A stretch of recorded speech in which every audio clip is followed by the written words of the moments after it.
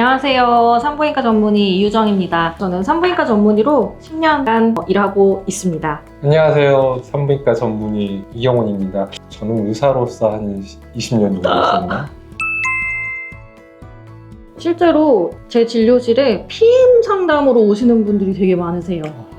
불과 한 작년, 재작년까지는 그런 분들이 없었는데 올해 유독 더 많았던 것 같아요. 그래서 젊은 분들이 피임에 대해서 더 관심이 많고 더 고민을 좀 많이 하시는 것 같아요. 만약에 젊은 여성분이시고 기저질환이 없다면 피임약이 더 가장 많이 우선이 될 것 같습니다. 일단은 먹고 끊는 게 접근성이 쉬워요. 약국에서 사서 드셔도 되고 아니면 병원 처방도 있기는 하지만 쉽게 약국에서 구매해서 드실 수가 있기 때문에 피임약이 가장 쉽고요. 물론 피임약은 부작용이 있습니다. 울렁거림, 속쓰림, 두통, 어지러움, 혹은 가끔은 살이 찐다고 이제 호소하시는 분들이 있는데 이런 복용약이기 때문에 전신 증상이 따를 수가 있고요. 초기 복용 시에 3개월 정도 안에는 부정출혈 같은 부작용이 있을 수 있습니다. 만약에 기저질환이 있는, 예를 들면 이제 생리통이 심하다거나 과다월경, 그리고 생리불순인데 할 때마다 양이 많고 불규칙해서 삶의 질이 내가 너무 떨어진다, 내가 이 생리 때문에 내가 너무 힘들다 라고 하고 매일 피임약 복용할 자신이 없거나 피임약 복용 후에 부작용이 있었다면 미레나를 추천드릴 수가 있습니다. 일단 저의 생각으로는 피임약은 먹어봐야 알 수 있는 것 같아요. 당신한테 맞는 약이 뭔지. 물론 이제 가장 접근하는 게 약국 피임약이긴 하지만 약국 피임약에 또 부작용이 생기면 병원 피임약으로 가서 거기서 이제 부작용이 좀 더 적은 약을 먹어보는 게 좋을 것 같고요. 피임의 목적이 있다면 여러 가지 옵션이 있긴 해요. 그래서 일단 약으로 시작할 건지 아니면 주사제제로 시작할 건지 아니면 뭐 루프 같은 걸로 시작할 건지 이렇게 생각해 볼 필요가 있는데 젊은 여성인 경우에는 저 같은 경우에는 일단은 부작용이 없고 끊으면 바로 부작용이 없어지는 그런 약제가 좋을 것 같아요. 네. 그게 바로 피임약이죠. 그리고 또 그거에 대한 부작용이 있으신 분들은 프렘비로 여러 가지를 생각해 볼 수 있을 것 같아요. 근데 제일 처음부터 프렘비를 생각하는 건 좀 아닌 것 같고 제일 처음에는 프레네이 피임약을 먹어보는 게 우선일 것 같다. 근데 피임약을 시작할 때 난 뭘 시작해야 되지? 무슨 약을 시작해야 될지 그런 고민을 할 때 먼저 홈페이지 같은 데 가서 블로그 같은 데서 내용을 아는 것도 중요하지만 그래도 가까운 산부인과에 가가지고 피임약 시작하고 싶은데 뭘 조심해야 되나요? 어떨 때는 이걸 먹지 말아야 되나요? 라는 걸 들어보시고 그 다음에 판단하시는 게 좋지 않을까라는 생각이 들어요. 아까 이제 피임약이 이제 2세대, 3세대, 4세대 얘기가 잠깐 나왔는데 이게 제일 먼저 나온 게 1세대, 그 다음에 2세대, 3세대, 4세대 이렇게 시간 순으로 나온 거는 맞아요. 부작용이 덜한 순으로 4세대로 만들어진 거는 맞으나 그래서 이 정보를 가지고 4세대 피임약을 처방을 받기 위해서 단순히 피임 목적인데 병원에 오시는 분들도 계시더라고요. 정보를 찾아가서. 근데 저도 이렇게 처방을 해보면은 꼭 4세대라고 해서 부작용이 없는 건 아니거든요. 오히려 4세대가 부작용이 있는데 나는 2세대가 더 맞았다 이렇게 말씀하시는 분들도 있더라고요. 그래서 2세대, 3세대는 약국에서 구매할 수 있지만 4세대는 병원 처방이죠. 그런 차이가 있고 개인의 어떤 그런 상황이라든지 매번 또 병원에 와서 처방을 받아야 되는 번거로움이 있으니까 자기한테 맞는 걸 찾으시면서 드시면 되지 않을까. 맞아요. 예전엔 3세대 먹고도 이렇게 부작용이 없었거든요. 근데 3세대 먹는 사람 중에 부작용이 있어서 4세대가 나오는 거니까 그 부작용이 생기는 퍼센티지가 줄어들었다는 거지 없다는 건 아니거든요. 동시에 3세대를 먹었다 하더라도 부작용 없는 사람들이 되게 많아요. 편하게 쓸 수 있다라는 점에서 3세대도 크게 문제되진 않지만 바로 그냥 아무런 사전 정보 없이 바로 3세대를 드시는 것보단 산부인과에 가셔서 이야기 들어보시고 선택하거나 그 둘 중에 하시는 게 도움이 되지 않을까 싶습니다.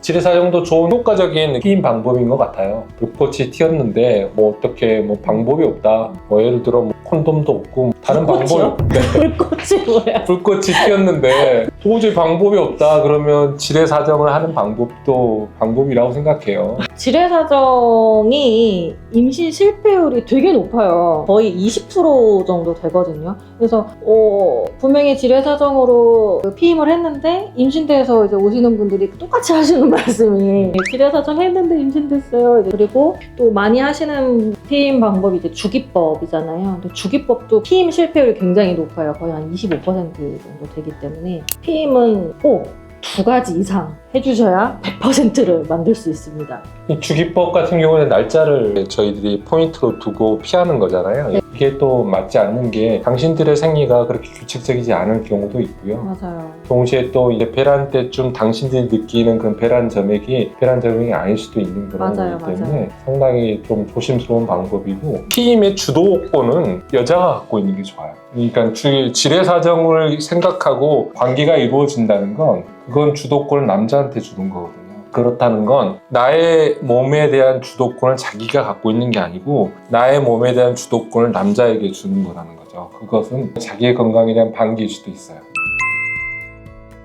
임플라노는 이게 팔, 이 부분이죠? 네. 이 부분에 이제 삽입을 하는 거고, 넣을 때 살짝 따끔하기는 하지만 팔 안에 넣는 거고 잘 보이지도 않고 뭐 일상생활에도 지장이 없기 때문에 젊은 분들이 네. 많이 좋아하시죠. 시술도 간단하게 끝나고요. 근데 이제 임플라논의 원리는 얘가 프로게스테론을 계속 분비를 하죠. 프로게스테론을 분비를 하면은 자궁 내막이 얇아지고 그리고 착상을 방해하는 역할을 하기 때문에 보통 우리가 같은 프로게스테론을 분비하는 기구 중에 하나가 이제 미레나라고 하잖아요. 네. 미레나는 자궁 안에 넣어놓는 거고 임플라논은 팔뚝에 넣는 차이가 있는 것 같아요. 근데 이게 팔뚝에 넣어서 전신적으로 작용을 해야 되기 때문에 용량이 좀 높아요. 미레나에 비해서. 그래서 용량이 높다 보니까 부작용이 확실히 이제 다른 피임 방법보다는 좀 있는 걸로 제가 알고 있습니다. 편하긴 하지만 거기에 딱 도움이 되는 사람도 있고 도움이 안 되는 사람도 있는데, 어떤 사람이 이게 도움이 돼요? 거기에 부작용 없는 사람들,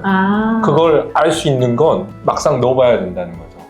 막상 팔뚝 안으로 넣어봐야 되는 경우가 있는데, 그러기에는 부작용이 있는 경우에 되게 난감해질 수 있다는 거죠. 부작용이 생각보다 많아요. 한 5명 중에 1명 정도는 부정출혈의 부작용이 좀 있으신 것 같아서. 근데 소량의 부정출혈이 뭐 간헐적으로 나오는 정도는 그냥 우리가 어떤 피임 효과를 보면서 그 정도의 부작용은 견딜 수가 있는데, 간혹 출혈이 좀 지속되시는 분들이 있죠. 거의 뭐 한 달 내내 출혈이 난다든지. 네. 그리고 또 한 번 날 때 또 많이 나세요. 그렇게 네. 많이 나다 보니까 결국에 그렇게 적응이 안 되시는 분들은 또 제거를 해야 되는 것 같고, 그리고 또 드문 부작용이기는 하지만 제거할 때 좀 고생하시는 경우들도 있으세요. 이 임플라논이 고정되어 있는 게 아니라 조금 뭐 이렇게 위치가 바뀐다든지 아니면 또 더 깊게 박힌다든지 하면은, 저의 생각에 가장 중요한 건 쉽게 그만둘 수 있는 그런 방법이어야 돼요. 임플라논은 생각보다 쉽게 그만두고 제거하기에는 약간 불편할 수 있어요. 저의 생각으로는 가장 쉽게 그만둘 수 있는 건 피임약, 그 다음에 2번째가